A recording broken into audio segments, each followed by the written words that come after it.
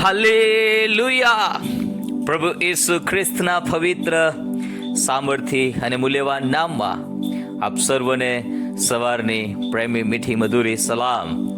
આજનું મનન માથીની લખેલી સુવાર્તા તેનો 18મો અધ્યાય અને તેની 4થી કલમમાંથી લેવામાં આવ્યું છે. ત્યાં પ્રભુનું વચન કહે છે, માટે જે કોઈ પોતાને આ બાળકના જેવું દિન કરશે તે જ આકાશના રાજ્યમાં સૌથી મોટું છે. જે કોઈ પોતાને આ બાળકના જેવું દિન કરશે તે જ આકાશના રાજ્યમાં સૌથી મોટું છે. પરમેશ્વર એક બાબત આપણી પાસેથી અપેક્ષા રાખે છે, એ તો છે નમ્રતા, દીનતા, આત્મામાં રાંક હોવું. The way upward is the way down. ઉપર તરફ જવાનો માર્ગ એ નીચે તરફ છે.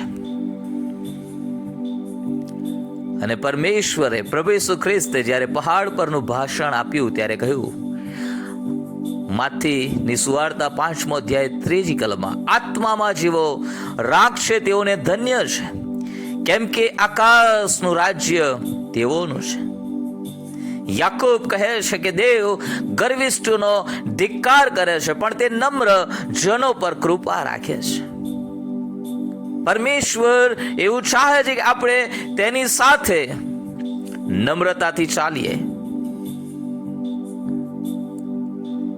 અને આ વચનમાં પણ પ્રભુ કહે છે, જો તમે આ બાળકના જેવું દિન કરશો તો તમે આકાશના રાજ્યમાં સૌથી મોટા વ્યક્તિ બનશો. આપણા પ્રભુ ઈસુ ખ્રિસ્ત પણ પોતે દેવ હોવા છતાં પણ તેમણે દેવ હોવાનું પકડી રાખ્યું નહીં. તેઓ નમ્ર થયા, ગંદી ગભાણમાં જન્મ લીધો, ગરીબ પરિવારમાં જન્મ લીધો, સુથારી કામ કરનાર ફેમિલીમાં તેમણે જન્મ લીધો. આપણા પ્રભુ ઈસુને રહેવાને માટે ઠામ ઠેકાણું નહોતું. આપણો પ્રભુ એ પોતે દીન છે, તે નમ્ર છે. તેમણે કહ્યું કે ઓ વૈતૃ કરનારાઓ અને ભારથી લદાયેલાઓ, તમે સઘળા મારી પાસે આવો અને હું તમને વિસામો આપીશ. મારી જુસરી તમે પોતા પર લો, કેમ કે હું મનમાં નમ્ર તથા રાખ છું. આપણો પ્રભુ એ મનમાં નમ્ર તથા રાખ છે, તે દયાળુ છે. અને એ પ્રભુ એવું ચાહે છે કે આપણે પણ બાળકના જેવા દિન બનીએ. શા માટે પ્રભુએ બાળકના જેવા દિન કહ્યું? બાળકની અંદર કોઈ કપટ હોતું નથી. બાળક નાનું હોય, આપણે તેના પર ગુસ્સો કરીએ, મારીએ, એ થોડો સમય રડે અને ફરી પાછું આપણી સાથે પ્રેમથી બોલવા લાગે.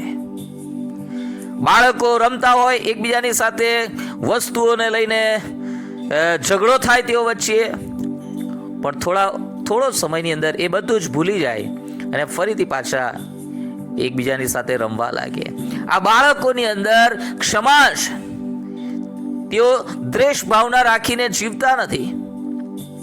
તેઓ પુરાણી બાબતોને યાદ રાખતા નથી. અને આ બધી બાબતોમાં આપણે દિન થવાની જરૂર છે. ક્ષમા આપવાની બાબતમાં આપણે નમ્ર થવાની જરૂર છે. ઘણીવાર આપણને એવું લાગે કે સામેવાળો વ્યક્તિ જો મારી પાસે માફી માંગે તો હું માફ કરું ને સંબંધ સ્થાપિત કરું.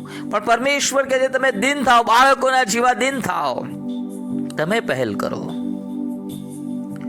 પરમેશ્વરની આગળ આપણે દીનતા અને નમ્રતાની સાથે જીવન જીવીએ. નાના બાળક જેવા દિન પ્રભુ થવાને માટે આપણને જણાવે છે. બાળક એ ખૂબ જ પ્રેમાળ હોય છે. બાળકનો સ્વભાવ એ ઈશ્વરના નમ્રતાના સ્વભાવની સાથે મળતો આવે છે. આજે લોકો નમ્ર થવા માટે તૈયાર નથી, ક્ષમા કરવા માટે તૈયાર નથી. એક ઇંચ જતું કરવા માટે તૈયાર નથી. માટે તેમના જીવનોમાં માનસિક શાંતિ નથી, અશાંતિ છે, બેચેની છે, ડિપ્રેશન છે, નિરાશાઓ છે, ઇગોઇઝમ છે, અહમ છે, હુંપણું છે. And they are not happy at life because they are not able to humble themselves.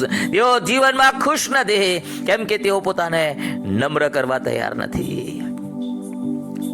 વાલાઓ, જો તમે પોતાની જાતને પ્રભુની આગળ નમ્ર કરશો, પ્રભુ સન્માનથી તમારું શિર ઊંચું કરશે. નમ્રતા એ તો પવિત્ર આત્માનું ફળ છે. પ્રભુના બાળકોની અંદરથી પવિત્ર આત્માના ફળ ઉત્પન્ન થવા જોઈએ. પ્રભુ આજના દિવસે આપણા હૃદય સાથે આ વચનથી વાત કરો. આપણા જીવનમાં નમ્રતા ના હોય તો આજે પ્રભુને પ્રાર્થના કરો, પ્રભુ પવિત્ર આત્મા મારી સહાય કરો. હું નમ્ર અને દિન વ્યક્તિ બનવા માંગુ છું, બાળકના જેવું બનવા માંગુ છું, કે જેથી કરીને હું આકાશના રાજ્યમાં મોટો ગણાવ.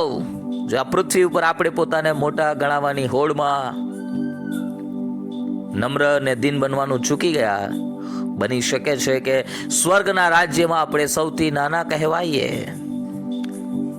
આ પૃથ્વી ઉપર આપણે નમ્ર બનીશું તો સ્વર્ગમાં મોટા થઈશું, પણ અહીં મોટા થવાની હોડમાં જીવન જીવીશું, સ્વર્ગમાં આપણે નાના ગણાઈશું. પ્રાર્થના કરીએ કે આપણે આપણા બાપની આગળ સન્માનનીય બનીએ અને તે એ આપણને આદર આપે. આજનો દિવસ પ્રભુ આપણી સહાયને મદદ કરો. God bless you.